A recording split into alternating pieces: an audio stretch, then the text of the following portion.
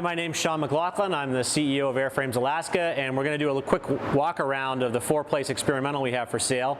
There's a big video with Kirk Ellis talking about some of the design decisions on the plane, but we thought we'd give you a quicker, sort of short version of a walk around similar to the other planes we've done that we have for sale.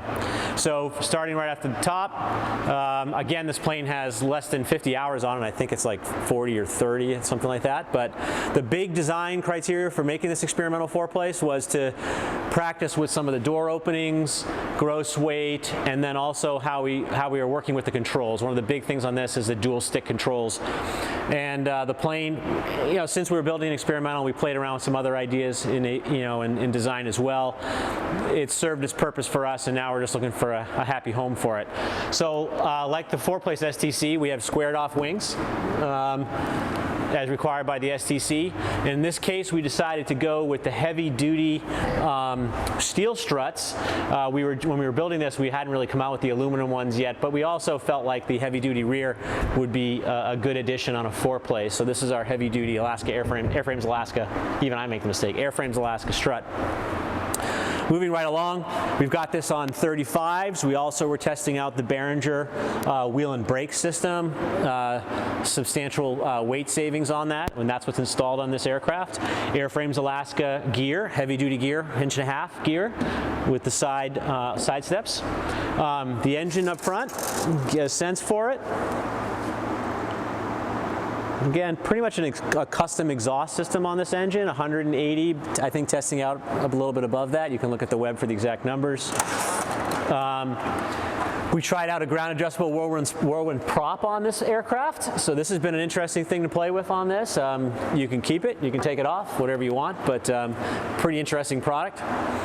Around this side, you can see this side of the engine, just as a quick, I'm not sure how much of this was on the other video, so we'll just give you a quick idea. We just have it hooked up to a battery tender right now. Landing lights are kind of cool, so we put landing lights here on the cabane, on the 4-place cabane down below. On this side, probably good to show you the doors. So this is one of the changes we made, is we made this thing so it's easier to get in the front on this design. So we've cut back a little bit on how this door works so that it's easier to climb back in and get into the front seat. As you can see, it's really tuned up on the seats as well. Pretty fancy seats. This is actually the state emblem modified, or it's supposed to look like the state emblem of Alaska. That was kind of a little touch we put on there at the last minute. This plane, in addition to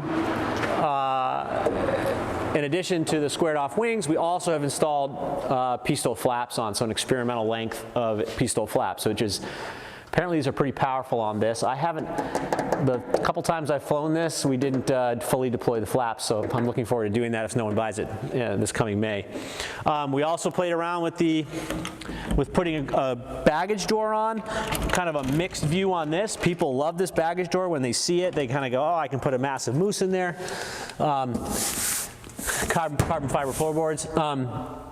It's an extreme space back here, so it's a really nice space. A lot of 4-place flyers feel like the door is enough and they can throw things back that way, but in this case we've got this big door, and I think people who own it will enjoy it.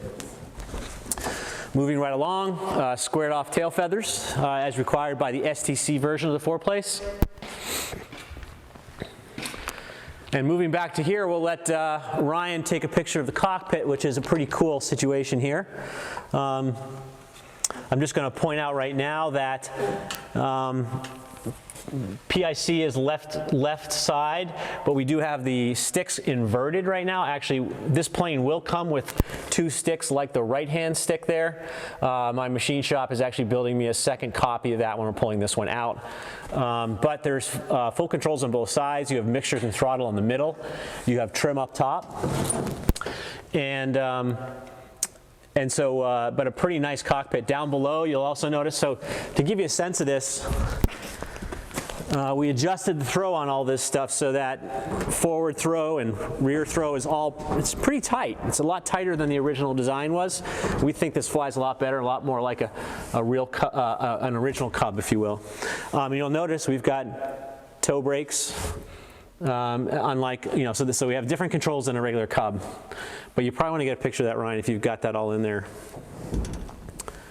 And of course we have to calibrate our compass, as all the GPSs are telling us. But that's kind of a better kind of walk around. Maybe shoot down the back there, show them that it's been covered. There's no interior up top, it's all fabric. Show them what the seatbelt pieces are. Inertia wheel in the front, setup in the back, and then I really love the glass in the back. So the way this thing's set up with just so much visibility for the people in the second seat and in the rear of the aircraft.